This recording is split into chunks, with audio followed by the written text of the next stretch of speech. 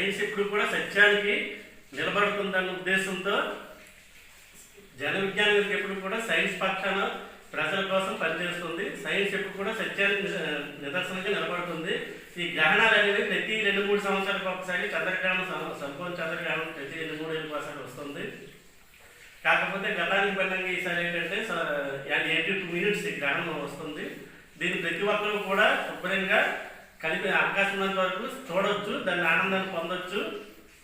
ఈ గ్రహణాన్ని నేరుగా చూడడం వల్ల కానీ, గ్రహణ సమయంలో తినడం వల్ల కానీ ఎటువంటి అనారోగ్య సమస్యలు కూడా తలెత్తు. ముఖ్యంగా గర్భిణీ